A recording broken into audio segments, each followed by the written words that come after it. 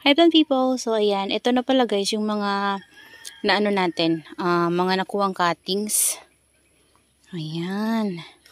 So 'di ba, pinakita ko sa inyo yung mga cuttings na nakuha ko doon sa ating Fred Ives and doon sa iba nating mga naka-rain or shine succulent. So ito na sila ngayon guys. Ito yung mga old pots ko na nakatambak lang sa gilid, kaya kung mapapansin nyo guys, madumi siya kasi nakatambak lang yan guys sa gilid. Ayan, ito yung mga dati kong pots sa aking mga succulents na ginamit, and then yung iba naman dito guys ay mga pots ng orchids. Ayan o, kasi may mga butas-butas sila guys. So kasi binili ko talaga to before nung hindi pa ako nag-aalaga ng succulents.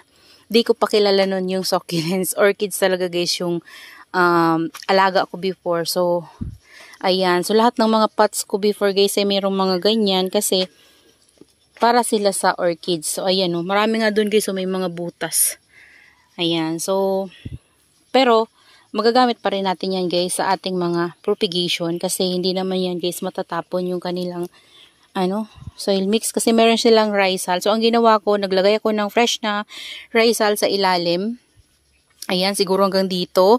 Tapos nilagyan ko sila ng garden soil sa ibabaw. Saka ko guys hinalo.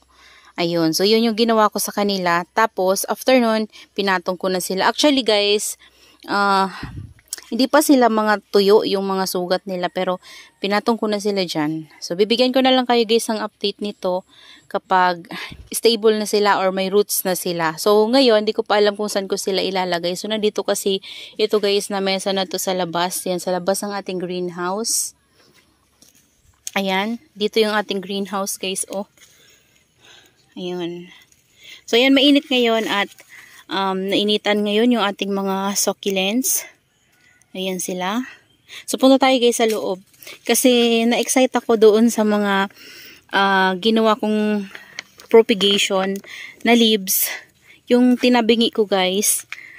Kasi parang marami na silang lumalaki. Ayan, ito oh. Ayan guys. O diba? Ayan si Peach Snow. 1, 2, 3, 4, 5. So, dito sa flower stalk na to guys, nagkaroon siya ng 5 babies na nakadikit sa stem kasi tinabingi ko lang yung leaves nila. So, ito, dahil kinat ko itong ating flower stalk, nagkaroon siya ng baby dito. So, ayan o. Oh, di ba guys? Pero, hindi ko naman guys sinasabing kapag ginanyan nyo ang inyong mga succulents ay magiging successful lahat. So, hindi naman ganun guys. Meron talagang hindi siya nagiging successful. Meron namang nagiging successful. Ayan guys. So depende na lang guys siguro sa ating plants. Ayan o. Dahil nagdilig nga tayo ng tango dito guys. Ayan o. Yung may fungus na leaves ay natutuyo siya. Ayan.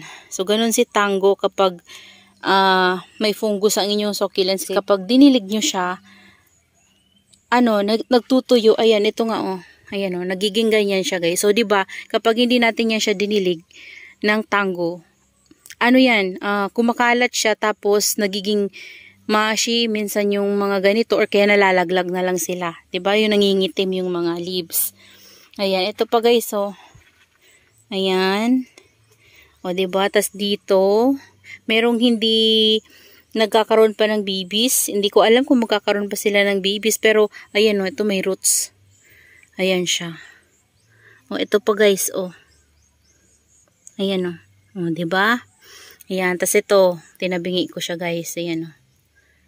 Ayan, katabingi lang yan. Dahon. Tapos, saan pa ba? Marami ata dito. Ito. Ayan. Yung iba wala pa. Hindi pa siya nagkakaroon. Ito. Ayan o. Kita nyo ba guys? Ayan. This one. Tapos ito guys oh. Di ko alam kung hindi ata. Ito may roots lang siya. Ewan ko kung magkakaroon yan guys. Ayan. Dito naman wala pa. Ayan siya. So yan yung mga tinabingian ko ng leaves na nagkaroon ng mga babies. So, di ko na alam kung meron pa dito sa mga ilalim. Kasi, dyan sa mga big natin, guys, meron ako dyan mga tinabingi. Hindi ko na silip. Sobrang init, guys. Grabe. Ayan, o. Tingnan nyo, guys, o. Dahil, nadiligan siya ng fungicide. Ayan, o. Yan. So, nakakatulong talaga, guys, yung tango sa kanila. Ayan, dito wala naman akong nakikita. Dito guys, so meron nata. Ayan o. Yan. So, yan guys, yung gusto kong i-share sa inyo. Na-excite ako na i-share yan sa inyo kasi lumalaki na sila at marami yung tumubo dito banda guys sa flower stalk ng ating ano. Kung naisip ko lang yan dati guys, ang dami-daming leaves ng mga flower stalk sana nila.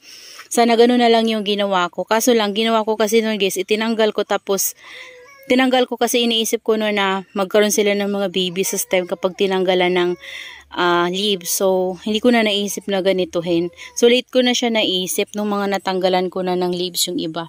Pero okay lang guys, at least 'di ba? Ayan. So, ayan, mainit ngayon at nainitan sila dito. Ayan. So, yun lang guys yung mai-share ko sa inyo ngayon. Sobrang init kasi ayan o. Ayan. Yung mga rain or shine talaga natin dun guys. Kaya siguro nalulusaw kasi tingnan nyo. Wala silang sunlight masyado na natatanggap doon. Kasi merong mga ano na yung madridi kakao sa likod. Yung mga kahoy. Yan o. Kapag nagkaroon ako ng time, ayusin ko yan dyan guys na area ko na yan. Lilinisin ko kasi yung mga propagation na ginawa natin kanina ay ilalagay ko siguro dyan sa dito banda kasi dito may init eh. Ayan. Pwede natin yung pang benta kapag naging stable na sila at kumanda na sila guys. So ngayon, hanggang dito na lang muna guys yung ating video. Ayan, nainitan din pala guys yung ating mga ano dito oh, kapag ganitong oras. Siguro ano ngayon guys, mga 10 AM. Yan. So that's all for today's video guys and I hope you enjoy watching and see you on my next vlog. Happy gardening everyone. Bye!